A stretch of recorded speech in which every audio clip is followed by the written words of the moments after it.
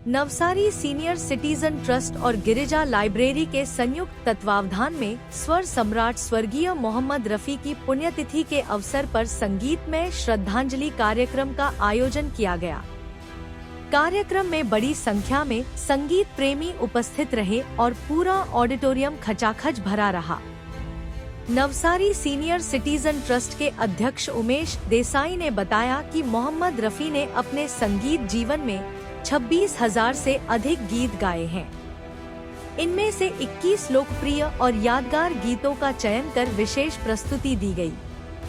कार्यक्रम के दौरान गिरिजा लाइब्रेरी के अध्यक्ष तुषारकांत देसाई ने प्रत्येक गीत के पीछे का इतिहास, उसकी रचना से जुड़ी रोचक जानकारी तथा रफी साहब से जुड़े कई अनसुने प्रसंग श्रोताओं के साथ साझा किए।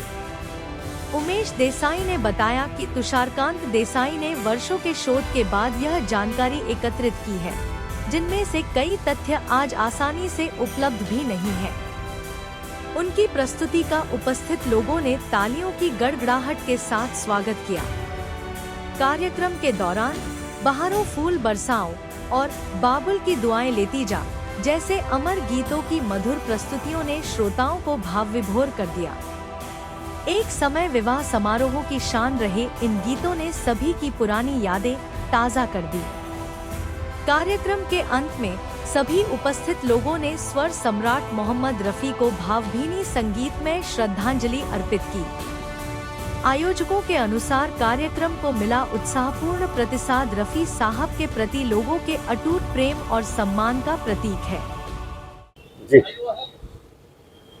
जी हेलो नमस्कार।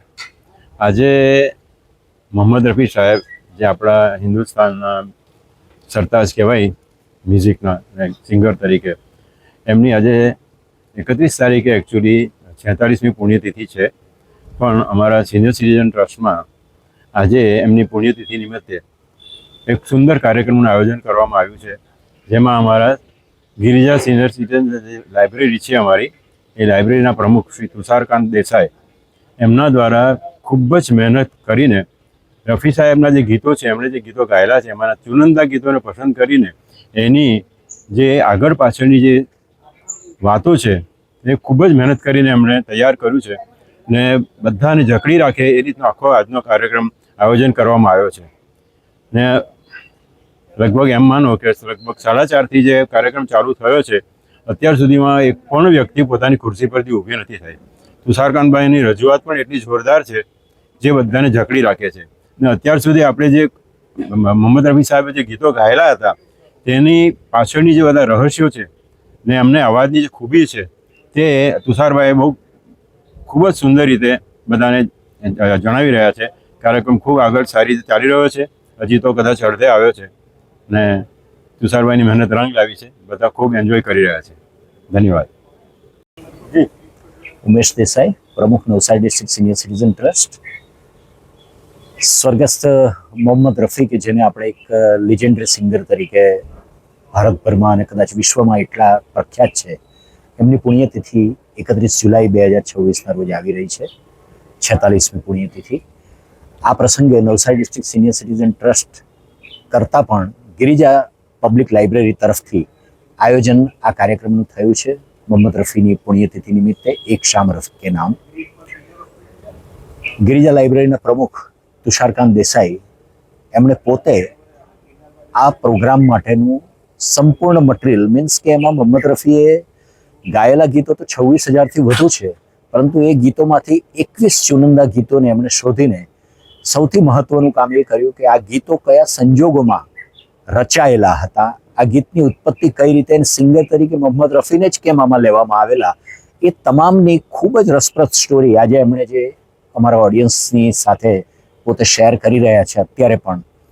तो ए स्टोरी सांभळीने घणाए गूगल पर सर्च करी जोयुं, पण गूगल पर आवी बधी स्टोरीओ नहीं होय। गूगल पर इन्फॉर्मेशन बधी होय, परंतु आवी स्टोरी नहीं होय के जे खरेखर हकीकतमां बनेલું होय।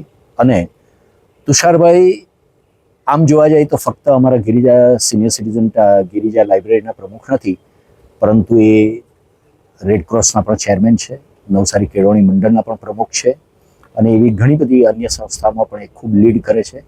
એમની આ ફિલ્મ પ્રત્યેનું પણ એમની જે રસ છે એ ખૂબ એમની પેશન છે આની. અને આજના પ્રોગ્રામ માટે હું એટલું કહી શકું કે આજના પ્રોગ્રામ માટે એમણે ખૂબ મહેનત કરી છે, જેને અમારા સભ્યો આજે હોલ એટલી હદે ફૂલ છે કે એક પણ ખુરશી ખાલી નથી. એક અવાજ મીન્સ જે દિવસે નામ નોંધવાના ચાલુ કર્યા તે દિવસે આજે 250 મેમ્બર હાજર હોય તો એમાંથી 150 મેમ્બરની પ્રથમ દિવસે જ એમની કન્સેન્ટ આવી ગયેલી હતી. આ જ વસ્તુ બતાવે છે કે સિનિયર સિટીઝન ટ્રસ્ટના સભ્યોને પણ તુષારભાઈ તરફથી પ્રોગ્રામ રજૂ થાય એની ખૂબ જ આતુરતાથી રાહ જોતા હતા. અને એ રાહ કદાચ આજે બધાને સંતોષ આપી રહી છે. અને ઈચ્છીએ છીએ કે પ્રોગ્રામ જ્યારે પૂરો થાય ત્યારે ચોક્કસપણે લોકોના મુખથી અમે સાંભળશું કે આ પ્રોગ્રામનો બીજો ભાગ એટલા માટે રજૂ કરો કે ફક્ત 21 ગીતથી, અને તેમાં પણ મોહમ્મદ રફીના 21 ગીતોથી આપણું પેટ કોઈનું ભરાય તેવું નથી. અને નેક્સ્ટ પ્રોગ્રામ પર આવશે જ.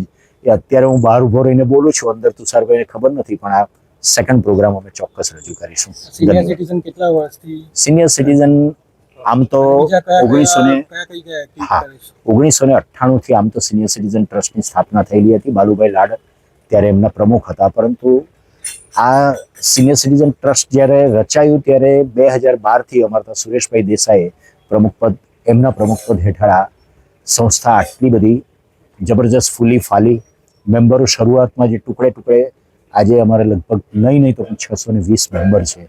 નવસારી નગરપાલિકા પછી આ જમીન મેળવવાનો 10 વર્ષનો એમણે સંઘર્ષ કરેલો હતો, અને એ 10 વર્ષના સંઘર્ષનું આ પરિણામ છે કે આજે કોઈ પણ જોઈ શકે છે કે સિનિયર સિટીઝન હોલ છે, એની ઉપર લાઇબ્રેરી છે, ગાર્ડન છે, હિંચકા છે, સાંઈબાબાનું મંદિર છે, એની પાછળ જીમ છે.